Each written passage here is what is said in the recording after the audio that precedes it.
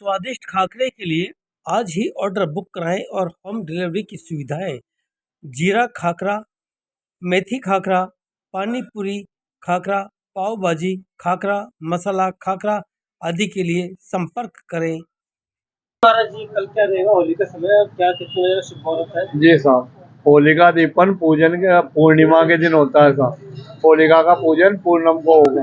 पूर्णम के दिन सुबह 9:54 तक, कल 14 से 9:54 से लेकर और रात्रि के अंदर आपके 12:23 अपने 9:54 बाद में दिन भर पूर्णम आ जाएगी।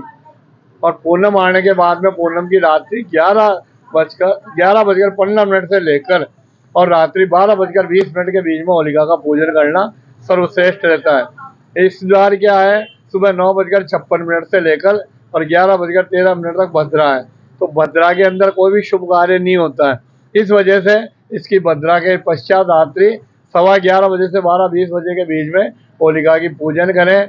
थोड़ी काली मिर्ची और थोड़ी सरसों एक पुड़िया में बना के सब घर वालों के सिर पे घुमा करके और होलिका के अंदर डाल देवे, तो सबकी पीड़ा दूर होती है और घर में नकारात्मक शक्ति दूर होती है। एक नारियल सूखा घर के अंदर घुमा करके होलिका के अंदर छोड़ देना चाहिए।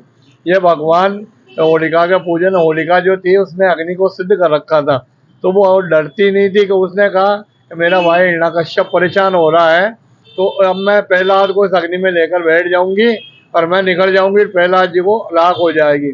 हिरण्यकश्यप जो थे वो भगवान के नाम से चिढ़ते थे, वो अपने बेटे प्रहलाद को बहुत दुख देते थे। तो आखिर हथियार ये रहा, तो होलिका जो हिरण्यकश्यप जी की बहन थी, उसने अपने भतीजे को लेकर के अग्नि के अंदर बैठ गई।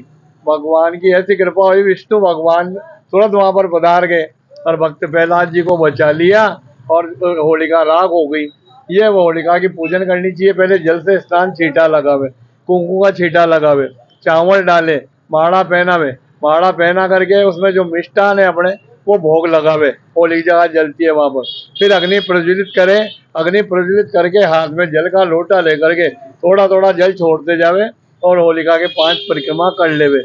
और फिर बाद के होलिका प्रज्वलित होते ही भक्त प्रहलाद जी का जो डंडा रहता है उनको बाहर निकाल लेवे और उसके बाद के अंदर परिक्रमा लगा के जल छोड़ देवे।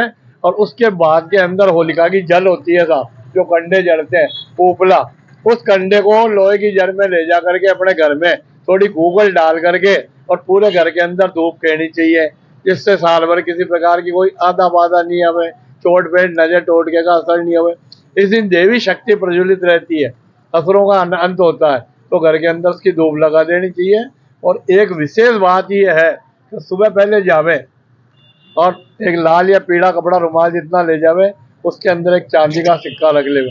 चांदी के सिक्के ले जा करके चुपचाप जा करके वो होलिका की राख ला करके और बांध के अपने घर में पैसों के अंदर रख देवे, व्यापार वाले व्यापार के गले में रख देवे। उससे दिन दुगुना रात चौगुना वृद्धि होती है और भगवान विष्णु के जो पैर पड़ गए तो वो होलिका की राख शुद्ध हो गई।